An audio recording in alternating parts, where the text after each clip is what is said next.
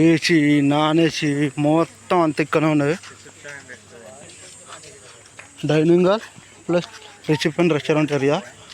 అది AC room అనుకుంటా, ఇది నాన్ ఏసీ.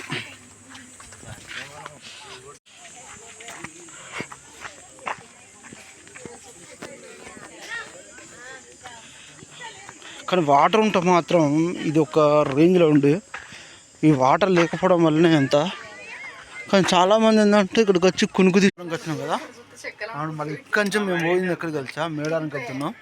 మేడారంలో దర్శనం చేసుకొని మాక్సిమం, ఎందుకంటే ఇప్పుడు మాక్సిమం టైం 3 అవుతుంది. అడిగేసరికి ఎట్లా నచ్చితే 1 అవర్ అని పడుతుంది. ఇక 1 అవర్ అంటే 5-6 అయితే ఆ టైం వరకు 6 గంటలతో. కానీ బ్రిడ్జి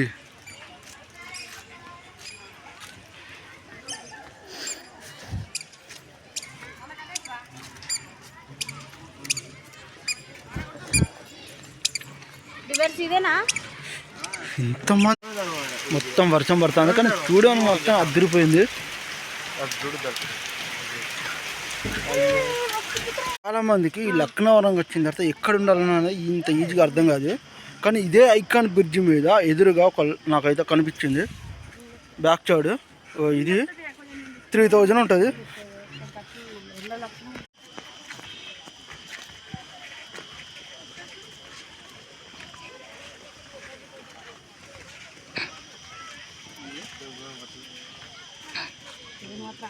కానీ ఈ బ్రిడ్జ్ ఎక్కినప్పుడు మాత్రం సూపర్ అనిపిస్తుంది. కింద ఉన్నప్పుడు అయితే ఏమనిపించలేదు.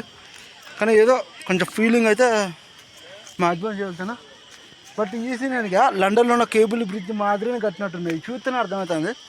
మరి ఇక్కడ తెలుసా లండన్ బ్రిడ్జ్ అంటే?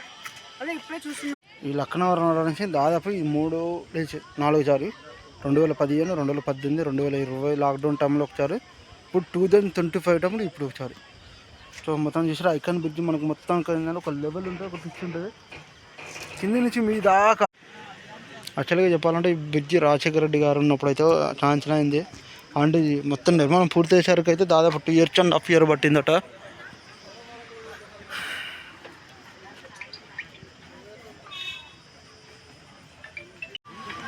మనిషికి 10 రూపీస్, పిల్లలకైతే 5 రూపాయలు. ఇది ఒక 1 kilometer దాకా అక్కడ దాకా సరదాగా నడుచుకుంటూ వెళ్ళి ఏముంది. కానీ ఎండ మాత్రం విపరీతంగా కొడుతుంది, మామూలుగా కొడుతుంది ఎండ అయితే.